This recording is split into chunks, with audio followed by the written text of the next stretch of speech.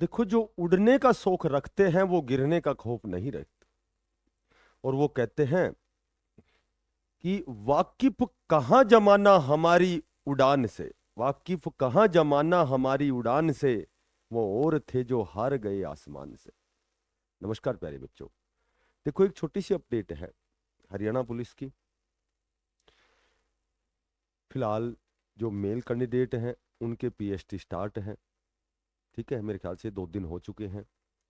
तो एक तो सबसे पहले तो जो फीमेल पीएमटी चला हुआ है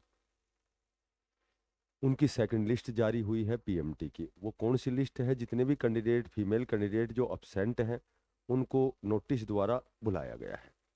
ठीक है। तो चूंकि ऑलरेडी पहले ही 25 गुना जो कैंडिडेट की लिस्ट आई थी फीमेल की, अब जो भी अब्सेंट थे किसी अपरिहार्य कारणों से, तो उनको दोबारा से नोटिस के माध्यम से उनको बुलाया गया है जो अब्सेंट थे। अब हम बात करते हैं, देखो, पीएचडी जो मेल कैंडिडेट का जो पीएचडी चला हुआ है उनकी बात करते हैं।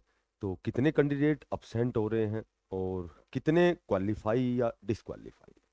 तो कोई चीज़ एवरेज में होती है, क्योंकि अलग अलग शिफ्ट है। किसी शिफ्ट में परसेंटेज बढ़ रहा है, किसी में घट रहा है। तो वो ऑल ओवर जब एनालिसिस करते हैं, जब ऑल ओवर जो भी शिफ्ट है उनका जब हम विश्लेषण करते हैं, तो एवरेज में जो कितने परसेंट कैंडिडेट हैं जो डिस्क्वालीफाई हो रहे हैं, तो सबसे पहले उसी पे चर्चा करते हैं हम। मैंने बताया था कि लगभग अप्रोक्सीमेटली 66,000 जो कैंडिडेट हैं मेल के, वो उनका पीएचडी होना है। ठीक है। क्योंकि 3 लिस्ट आई थी, पहले 15 गुना की, फिर 5 गुना की, फिर 5 गुना की, तो लगभग 66,000 के लगभग अप्रोक्सीमेटली बात करेंगे हम। जबकि जबकि मेल मेल के जो कैंडिडेट मेन एग्जाम में बैठेंगे 45,000।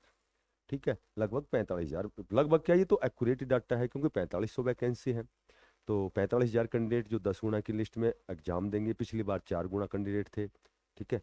तो पिछली बार कई लिस्ट जारी हुई थी, मैंने आपको बताया था कि एक लिस्ट एक्स्ट्रा ये बुला करके उनका पीएमटी पीएचडी लिया जा सकता है, क्योंकि कैंडिडेट कम नहीं रहना चाहिए। इतने कैंडिडेट तो हों कि 45,000, जब हम उनमें से 45,000 10 गुना की लिस्ट तैयार कर सकें, ताकि उन बच्चों को मेन एग्जाम में बैठने का अवसर मिले। यदि 45 से कम रह जाते हैं तो आप समझ सकते हैं कि दोबारा से फिर लिस्ट आएगी, वही पीएमटी पीएचटी, तो वो सारी प्रक्रियाएं चलेंगी। तो यहाँ 66,000 में लगभग जो 2 दिन का जो डाटा है, ये मान सकते हो कि 95% जो है कैंडिडेट वहाँ उपस्थित हो रहे हैं। यानी कि 95% जो बच्चे हैं वो पीएचडी के लिए जा रहे हैं, यानी कि 5% बच्चे। तो लगभग ऑल ओवर एवरेज हम निकालें तो लगभग अप्रोक्सीमेटली 60,000 बच्चे आपके बच गए जो पीएचडी देंगे। अब 60,000 बच्चों में कुछ एक आध शिफ्ट तो ऐसी है जिसमें लगभग लगभग 70% बच्चे जो है क्वालिफाई हैं, 30% वो डिसक्वालीफाई हैं। कहीं कहीं ना कहीं वो डाटा 35% का हो जाता है, कहीं ना कहीं वो डाटा 25% का। तो कहने का मतलब ये है कि ऑल ओवर जब हम इसका विश्लेषण करते हैं, एनालिसिस करते हैं, तो 70% जो बच्चे हैं वो पीएचडी की जो प्रक्रिया है इस बाधा को वो पार कर रहे हैं। ठीक है। जब ऑल ओवर एवरेज जब हम निकालते हैं तो लगभग फिलहाल का जो डाटा है, आपका 30% जो बच्चे हैं वो डिस्क्वालीफाई है। क्योंकि एक तो देखो, एक तो इसमें ज्यादा, पिछली बार लगभग 50% के लगभग था, 45-50% के लगभग था जो डिस्क्वालीफाई थे। उस समय और इस समय में अंतर आप भली भांति जानते हैं कि उस समय दोपहर में रेस। अब इसमें एक बहुत अच्छा शेड्यूल बना करके सुबह के समय में, क्योंकि बच्चे जब तैयारी करते हैं, जब रेस की तैयारी करते हैं तो वो सुबह ही करते हैं, अमूमन सुबह ही करते हैं। ठीक है। तो सुबह करते तो उसी सेम टाइम पे जब उनको ये परीक्षा उत्तीर्ण करनी है, जब ये बाधा पार करनी है, जब सेम ही समय वो तैयारी करते थे, तो लगभग और एक लंबा समय हो गया। बेरोजगारी का आलम है, पिछली बार जो कैंडिडेट रह गए थे 2 4 5 10 सेकंड से 20 सेकंड से, तो वो नहीं चाहेंगे कि अब की बार भी वो ऐसी गलती करें। तो अब की बार जो डाटा मैंने बताया था, अब की बार जो परसेंटेज है वो बढ़ेगा। पिछली बार 50 था, तो अब की बार 40 तक जा सकता है, 35-40। लेकिन फिलहाल की कंडीशन है कि 30% कैंडिडेट हैं वो केवल डिस्क्वालीफाई।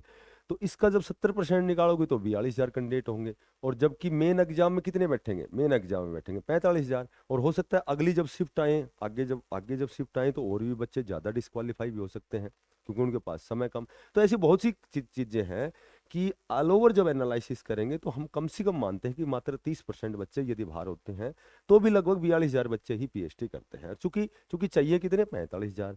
तो अब जो ये 3,000 कैंडिडेट कहाँ से आएंगे? तो ये तो मेरे अनुसार तो मैं कन्फर्म मानता हूँ कि 5,000 बच्चों की तो एक पीएमटी की लिस्ट और आनी है। और 5,000 की, यदि 5,000 में से यही रेशो हम मानते हैं, वही 70% ही करते हैं, तो लगभग 3,500 बच्चे हो, यानी कि 42, यानी कि 45,000। तो ये एक ऐसा डाटा है, जब हम अध्ययन करते हैं इस पर, तो ये एक ऐसा डाटा है कि फोर्थ लिस्ट आपकी जारी होगी। ठीक है, ये फोर्थ लिस्ट जहां तक मैं समझता हूँ ये 99% जारी होगी आपकी, क्योंकि यहाँ 10 गुना की कंडीशन होनी है। अब यदि ये रेशो बढ़ता है, यदि ये रेशो यानी कि 30% की बजाय यदि 40% डिस्क्वालीफाई होते हैं बच्चे, तो फिर संभवतः एक लिस्ट और भी आ सकती है। तो कहने का मेरा मतलब ये है कि चौथी लिस्ट तो आपकी आनी है, और जो आगे की जो लिस्ट आएगी उसमें आपके लगभग 2 से 3 नंबर नीचे आने हैं। फिलहाल 2 नंबर तो मिनिमम आप मान सकते हो कि चौथी लिस्ट में 2 नंबर कट ऑफ से नीचे तो आने हैं। यदि यदि आपका जो ये पीएचडी का डाटा यहाँ जो डिस्क्वालीफाई कैंडिडेट का परसेंटेज यदि बढ़ता है, तो जो 5वीं लिस्ट आएगी तो हो सकता है, यानी कि कंडीशन देखी जाएगी कि फिलहाल जो पीएचडी चले हुए हैं उसमें फिलहाल का डाटा 30% आगे हो सकता है, 35 हो 40 हो, तो संभवतः 5वीं लिस्ट भी आ सकती है। तो मैं तो यही कहूंगा जिसके 3 से 4 नंबर नीचे हैं वो बच्चे अपना प्रयास ना छोड़ें, वो बिल्कुल भी प्रयास ना छोड़े। देखो कभी भी जब हम पढ़ते हैं, जब हम बहुत किसी चीज में की दिशा में प्रयास करते हैं, तो वो कभी जाया नहीं होती है, जीवन में कभी न कभी वो यूटिलाइज होती है, कभी न कभी वो काम आती है। क्योंकि बहुत से ऐसे बच्चे हैं जो मात्र 1 महीने में तैयारी करके सिलेक्शन लेते हैं, तो उनका वो महीना नहीं होता, वो पहले ऑलरेडी पहले से कहीं ना कहीं उनका बेस क्लियर है, कहीं ना कहीं वो पहले किसी बहुत अच्छे एग्जाम की तैयारी उन्होंने की हुई है, बीच में उन्होंने छोड़ दिया, दोबारा से उन्होंने फिर दृढ़ निश्चय किया, दोबारा से दृढ़ निश्चय किया कि भैया मुझे इस दिशा में जाना है, मुझे सिलेक्शन लेना है। तो वो जो तैयारी है उस समय उसके काम आती है, कि पहले बहुत अच्छी तैयारी की थी और असफल होने के बाद उसने छोड़ दी तैयारी, उसके बाद दोबारा से फिर उसने तैयारी शुरू करी, 1-2 महीने, 1.5 महीने में, 3 महीने में उसने बहुत अच्छा प्रयास किया, उसका सिलेक्शन हो गया। तो कई बार कहेंगे कि फलाना 1 महीने की तैयारी में लगा, ऐसा कुछ नहीं होता है। तो अब तैयारी 3-4 नंबर जिसके कम है, मैं तो यही सजेस्ट करूंगा कि वो अपना प्रयास करते रहें। देखो आशा के सहारे जीवन चलता है, जब तक आशा है जीवन आपका सरस है, जब आपकी आशा खत्म होती है तो जीवन नीरस होता है। तो सरस जीवन बनाने के लिए आपको लगातार प्रयास करते रहना है। 3-4 नंबर जिसके कम है, ठीक है, उनको अपना प्रयास जारी रखना है। संभवतः उनकी चौथी लिस्ट तो आनी है और 5वीं आने की भी प्रबल संभावना है। ठीक है, आगे देखा जाएगा कि पीएचडी में और कितने कैंडिडेट, क्या डाटा होता है, परसेंटेज डिस्क्वालीफाई वालों का बढ़ता है या नहीं बढ़ता है, तो वो चीज़ें आगे डिपेंड करती हैं। ठीक है, तो अभी अभी फीमेल की जो है वो सेकंड लिस्ट जारी हुई है, जो अपसेंट थे, अपसेंटी जो कैंडिडेट थे फीमेल के, उनके लिए एक लिस्ट जारी हुई है पीएमटी की। अब उनके बाद इनकी भी पीएचडी की प्रक्रिया जो है वो स्टार्ट होगी। तो आज की यही अपडेट थी। जो भी साथी नए हैं, देखो हमने हमने मैथ के लगभग 20-22 टॉपिक पढ़ा दिए हैं, बहुत अच्छे लेवल की मैथ की क्लास है। जिस बच्चे का मैथ कमज़ोर है आप पढ़ के देखेंगे, आपको कुछ न कुछ नया सीखने को मिलेगा। 7-8 टॉपिक अभी बचे हुए हैं, ठीक है, जिनमें क्षेत्रफल तक हमारा कंप्लीट हो चुका है। अब उसमें आयतन का बचा हुआ है, उसके बाद टिग्नोमेट्री है, उसके बाद अलजेब्रा है, उसके बाद क्रमचय, संचय, प्रायिकता, प्रोबेबिलिटी, उसके बाद में कुछ एक वर्त की स्पर्श रेखा, इस तरह से 8-7 क्वेश्चन जो हमारे बचे, कोऑर्डिनेट वाला है। तो इस तरह से 8-7 क्वेश्चन बचे हुए हैं। तो परसों से हमारी रेगुलर फिर 9 बजे क्लास स्टार्ट होगी। अभी फिलहाल कुछ अपरिहार्य कारणों से 2-3 दिन के लिए क्लासें बंद थी। यदि आपको वीडियो अच्छी लगे तो कृपया करके इसको सब्सक्राइब करें, इसको ज़्यादा से ज़्यादा शेयर करें।